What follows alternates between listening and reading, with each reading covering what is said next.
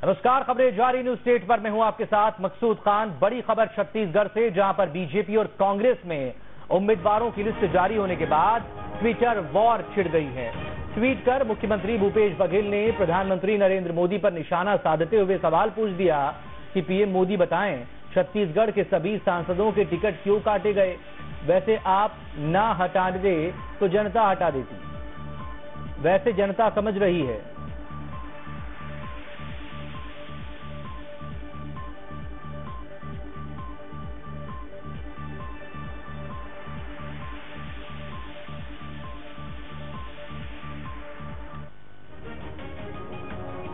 छत्तीसगढ़ में बीजेपी कांग्रेस में Twitter war अब यहां पर छिड़ा है। भूपेश बघेल ने ट्वीट करते हुए पीएम मोदी पर निशाना साधा।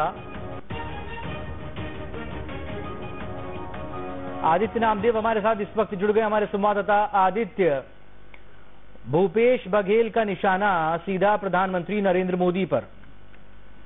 देखिए मकसूद जी, हमने 7:30 बजे इस बारे में बात की थी कि कहीं ना कहीं अब जो चुनाव है ये राहुल गांधी वर्सेस मोदी नहीं, ये चुनाव मोदी वर्सेस भूपेश बघेल छत्तीसगढ़ का रहने वाला है।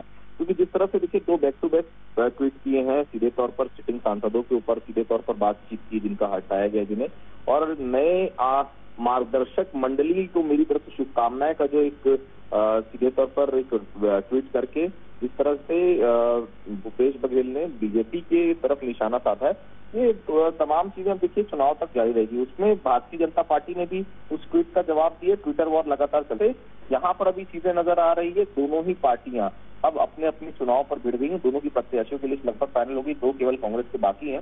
आने वाले समय में और भी बड़ा आपको ट्विटर युद्ध यहाँ पर सीधे तौर पर नजर आएगा कि कल 2 बड़े नेता जगदलपुर में है, पूर्व मुख्यमंत्री रमन सिंह भी हैं और वर्तमान मुख्यमंत्री जो है भूपेश बघेल, दोनों नामांकन के लिए दाखिल करवाने के लिए वहां पर जा रहे हैं। तो आने वाले समय में और बेहद रोचक तस्वीरें भी आपको छत्तीसगढ़ से देखने को मिलेंगी। लेकिन आदित्य, इन सबके बीच मार्गदर्शक मंडली के सभी नव सदस्यों को मेरी अनंत शुभकामनाएं। तंज किस पर? क्योंकि सवाल इसलिए भी उठ रहे हैं कि रमन सिंह अब मुख्यमंत्री नहीं रहे और बेटा अब सांसद नहीं रहा। बिल्कुल, देखिए ये निशाना सीधे रमन सिंह के ऊपर ही है और तमाम जो सांसद जिनकी टिकट काट दी गई है उनको अब सीधा मार्गदर्शक मंडली का यहाँ पर दर्जा दे दिया गया है कि अब उसके अलावा आपकी कोई वैल्यू छत्तीसगढ़ बीजेपी में या देश की बीजेपी भारतीय जनता पार्टी की राष्ट्रीय इकाई में आपकी कोई अहमियत रह नहीं गई है। तो ये तमाम चीजें देखिए सांसदों पर सीधे तौर पर निशाना साधा है और टिकट काटने की जिम्मेदारी रमन सिंह के ऊपर डाली गई है कि रमन सिंह ने टिकट कटवाई है, तो तमाम निशाना ये सांसदों के ऊपर और पूर्व मुख्यमंत्री रमन सिंह के ऊपर है। ठीक है, इस सब के बीच अब सवाल इसको लेकर उठ रहा है, बीजेपी के तमाम मौजूदा 10 सांसदों के, यानी कि पूरे प्रदेश की कुल 11 लोकसभा की सीटें हैं आदित्य, उसमें से 11 के 11 उम्मीदवारों को हटा दिया जाना, तो जो टारगेट हिट कर रहे हैं भूपेश बघेल, क्या जवाब है इसका बीजेपी के पास?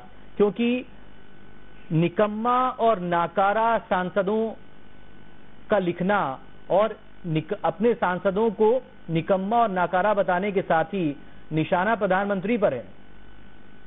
बिल्कुल, देखिए सीधे तौर पर 68 का मैंडेट कांग्रेस को मिला है और ये वही 10 सांसद थे जिन्होंने अपने सांसदों ने अपने विधानसभा क्षेत्रों में भी भारतीय जनता पार्टी को जीत नहीं दिला पाई। भारतीय जनता पार्टी की करारी हार हुई। इसके पीछे का सबसे बड़ा कारण यही था रमन सिंह का, जो वहां पर वो गए थे अनिल जैन के साथ। यही बातचीत हुई, जब सांसद अपने विधानसभा को नहीं जीता पाए तो लोकसभा क्या जीतेंगे। इससे बेहतर हो जिस प्रकार की स्थिति है, कम से कम तमाम लोगों को बदला जाए, कम से कम एंटी इनकम्बेंसी और इनके इन सांसदों के खिलाफ जो माहौल है उसका कम से कम भारतीय जनता पार्टी को फर्क न पड़े, इसलिए तमाम लोगों को हटाया गया। और देखिए हटाने के बाद लाजमी है कि 10 के 10 शहरों को अगर आपने बदल दिया तो विपक्ष आपके ऊपर हमलावर होगा।